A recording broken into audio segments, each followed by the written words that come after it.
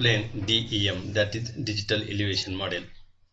Hello, I am Dr. Vinay Kale here. We are going to discuss about the DEM, Digital Elevation Model. DEM is a bare earth raster grid reference to a vertical datum. Digital Elevation model DEM is a digital representation of the land surface elevation with respect to any reference datum. So what is datum? Datum is the point where we have started to measure the height or the depth of any surface or any point. DEM is frequently used to refer to any digital representation of a topographic surface. DEM is the simplest form of digital representation of topography. So simply, DEM is nothing but the elevation which is presented digitally with the help of softwares or computers. DEM are used to determine terrain attributes such as elevation at any point, slope, and aspect. So what is aspect? Aspect is nothing but the direction of the slope. Terrain features like drainage basins and channel network can also be identified from the DEMs.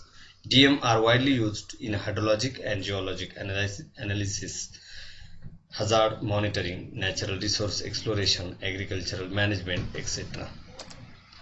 So which hydrologic applications we can use with the help of DEM? That includes groundwater modeling, estimation of the volume of proposed reservoir, determining landslide probability, flood prone area mapping, etc. Three main types of structures used in the DEM are following: regular square grids, triangulated irregular network, that is TIN, and contours. This is the basic storage data of the DEM. Suppose we have calculated the height of these points which I have presented in the sphere: 340, 335, 330, 340, 340, and so on. DEM is nothing the DEM as a matrix of elevation with the uniform cell size. It is the matrix of elevation. It is a number of elevations points are included in the DEM. So what we can do, or what we can find with the help of DEM? We can find the flow direction, useful for finding drainage network and drainage divides. Direction is determined by the elevation of surrounding cells. Water can flow only into one cell. Water is assumed to flow into one other cell unless there is a sink. GIS model assumes no sinks. Sinks means hollows or the depth. So in GIS model, there is no assume of sinks. So flow direction of DEM. So you can see how 340 at the height of 340 water flows from 340 to 332, 335 to 325, 330 to 325, 340 to 325, and 345 to 335. So which is the low-lying area nearby? From towards that direction the water flows. So in this flow direction, we can see how water flows from the low lying from the high area to the low lying area. So this is the flow direction for individual cells. So this is the source cells. Center point is the source cells 1, 2, that forms doubling of the cells 4, 8, 16, 32, 64, and 128. This is the source cells. It is low-lying area.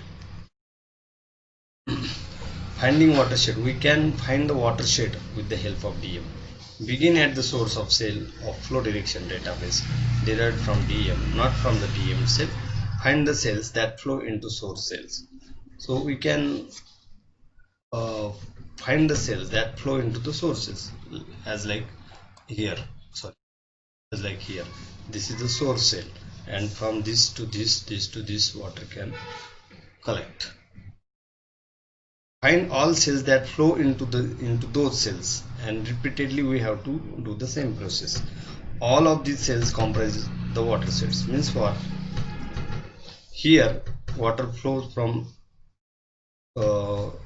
another cells, again from outer cell.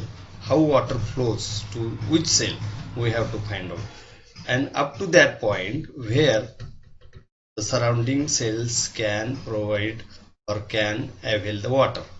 So this is the area at we can reach at that point wherever from only that point water is coming towards the source cell.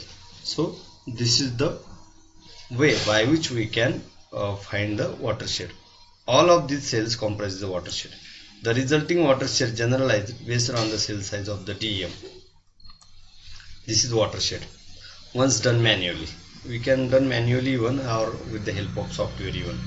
These are the contour lines which are shown by the brown color. These are all contour lines which are shown by the brown line. This is the drainage. These blue lines indicating the drainage means which is the lower part of this area. Drainage basin. This is drainage basin. Watershed boundary. This is the watershed boundary. You can see here. This is the high topmost or the dividing part of the water, or it is the what we can simply say water divider. This is the topmost point. This is topmost point. This is topmost point. This is topmost point. Topmost. Here is topmost. So water always flow from this direction to this direction. Otherwise, this drop can flow towards this direction, towards this direction. So watershed, shed boundary is can be demarcated with the help of DEM. So with the help of DEM we can even find out flow accumulation, the number of cells or area which contribute to runoff of a given cell. Accumulation, once it reaches a threshold appropriate to an region, forms a drainage channel. Accumulation is the area of watershed that contributes runoff to a given cell. As we have already seen that once the source cell occurs, that source cell, if there is a continuity in the source cell, then this forms a flow accumulation. This is flow accumulation in DEM. Yes, 0 0 0 0. This is 0 cell, means there is there is a starting point of flow of water. 0 to 1, 0 to this is 3, 1 2 3. From 3 cells there is a flow of water, so there is a 3 number. Here is only one cell from which water is flowing, that is 1. Here is again one cell, so there is 1 number is given, 1 2 3. In the next cell, that is 8, from 8 cells it receives the water. How it is? 1 2 3 4 5 6 7 and 8. So this is, there is a 8 number, that is accumulation of water from 8 cells. Again 13. How it is 13? 1 2 3 4 5 6 7 8 9 10 11 12 and 13. So this is 13 number, or water are receiving from 13 cells. Flow accumulation for individual cells. Errors may occur at the edges of DEMs. So flow accumulation as a drainage network. Drainage network as defined by the cells above threshold value for the region. So this is we can find out the flow accumulation from this area, water is accumulating to the drainage or the channel.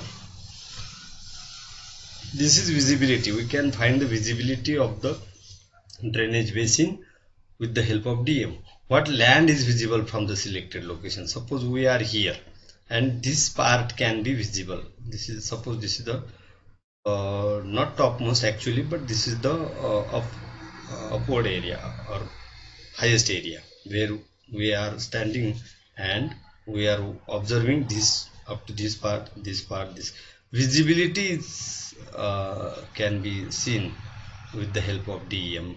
And as you seen that the red color is showing topmost area, while as, and that is upward even, and this is low lying area which shows lower height. So this visibility can be seen with DEM. A digital elevation model is a digital model or 3D representation of terrain surface created from terrain elevation data. There are 3 similar names as digital elevation model: DEM, digital terrain model, DTM, and digital surface model, DSM.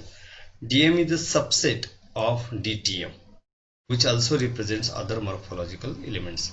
Creation of DM. We can create a DM with the help of various methods. So which methods are there, we have to see.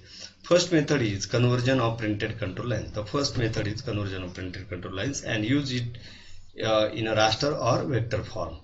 We can manually digitize the control lines, and using that control lines we can form a raster format, and we can even convert it into the vector format, and thus we can prepare an elevation model. The elevation contours are tagged with the elevation. Any other additional elevation data are created from hydrography layer. Finally, an algorithm is used to interpolate elevation at every grid point from the contour data. Second method is photogrammetry. This can be done manually or automatically. First method is manually. An operator looks at a pair of the stereo ports through a stereo plotter and must move two dots together until they appear to be one line just at the surface of the ground. So this is the practical part. Automatically even we can create a DM. An instrument calculates the parallax displacement of a large number of points, and then we can prepare a DM. There are various types of DM. A DM can be represented as a raster. Raster means the digital numbers grid of squares, also known as height map when representing elevation, or as a vector based triangular irregular network, TIN. The TIN DM dataset is also referred to as a primary measure DM, whereas the raster DM is referred to as secondary computed DM. A 7.5 DM covers 30 by 30 meter data spacing production. Mappers may be prepare digital elevation model in a number of ways, but they frequently use remote sensing rather than direct survey. One powerful technique for generating digital elevation model is interferometric synthetic aperture radar, where two passes of radar satellites. So what are the common uses of DM? First common use is extracting terrain parameters.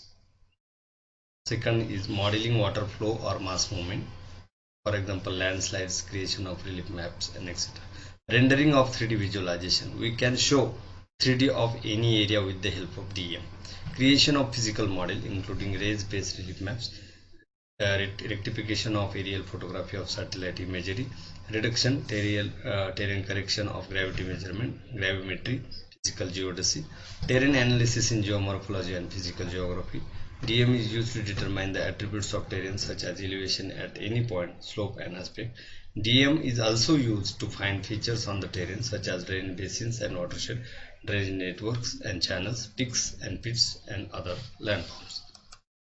So what are the advanced applications of DM? Estimating elevation. First we can estimate the elevation. Suppose we got some points with the help of DM, and up to what height we have to reach, then we have idea about the estimation of elevation. Estimating slope and aspect. We can even estimate slope and aspect with the help of DM.